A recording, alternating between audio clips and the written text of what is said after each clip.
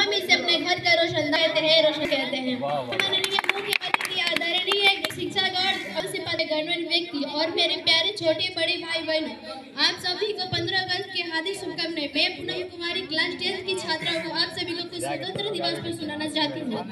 आजादी का असली मतलब वही समझ सकता है जिसने कभी गुलामी की हो। हम सौभाग्यशाली है कि हमने स्वतंत्र भारत में जन्म लिए। यूं तो आजादी की लौट 1857 में ही चल चुकी थी, जो बैसाल बनकर 1947 में हमारे देश को आजाद करवाई गई थी।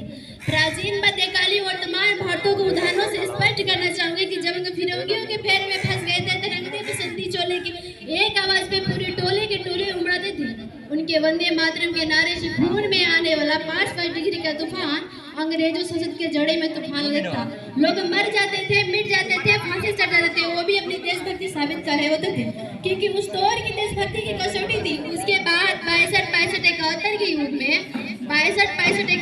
युद्ध में अपने सुहाग गवा देने वाली औरत जब घर के हालात ये हो जाया करते थे कि प्यार भी भरपूर गया, मांग कर सिंदूर गया, प्यार भी भरपूर गया, मांग कर सिंदूर गया, ननी ननी हाथों की लंगोटियां चली गई, छोटी छोटी बेटियों की छोटियां चली गई, बाप की कमाई गई, भाई की पढ़ाई गई, एक ऐसा विस्फोट हुआ पता ही न चला, प्रजिस्म की बोटियां चली गई, प्रजिस्म की बोटियां चली गई। आपके लिए तो ये काफी मरा है साहब, किंतु मेरे घर के तो रोटियां चली गई, किंतु मेरे घर के तो रोटियां चली गई वाले हालात पैदा हो जाने के बावजूद भी एक बाप अपने बेटे को सड़क पर दुश्मनों की धज्जियां उड़ाने के लिए भेज देते थे और उसे पत्र लिखा कर ये भेजा करते थे कि आमा ने खत लिखा है, बड़े चाव से पुत्र मेरे ना घबरा जाना। आमा ने पत्र लिखा है, बड़े चाव से पुत्र मेरे ना घबरा जाना, एक इंच भी पीछे ना हटना चाहे, इंच कट जाना चाहे, इंच कट जाना। इस तरह पूरे परिवार अपनी देशभक्ति साबित कर रहा था। तब देश बलिदान मांगता था, तब देश लड़ जाने को, मिट जाने को, फांसी चढ़ने को कहता था, किंतु आज देश लड़ जाने को, मिट जाने को, फांसी चढ़ने को नहीं करता, बल्कि मेरे विचारों में यदि कोई व्यक्ति अपने पूरी काम, मेहनत और लगन से करे तो वही सच्ची देशभक्ति है। मैं नहीं मानती कि फेसबुक और व्हाट्सएप के डीपी को 3 रंग में रंगना ही देशभक्ति है।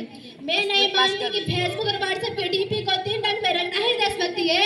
यदि आप कहेंगे कि साल में 2 बार हाथ में तिरंगा ले लेने से यही सच्ची देशभक्ति, तो मैं पूछना चाहूंगी कि फुटपाथ में रहने वाला वो बच्चा टिफिन की चाह में नंगे पाँव में जब तिरंगा बेच रहा होता है तो क्या उसे देशभक्ति कहेगा? ये उसकी देशभक्ति नहीं, उसकी पेट की भूखी शक्ति है जो उसे ऐसे करने पर मजबूर करती है, क्योंकि ना मस्जिद को जानता है, ना शिवालयों को जानता है, ना मस्जिद को जानता है, ना शिवालयों को जानता है। जो पेट के भूखे होते हैं ना सिर्फ भोजन के निवालों को जानते हैं, वो सिर्फ भोजन के निवालों को जानते हैं।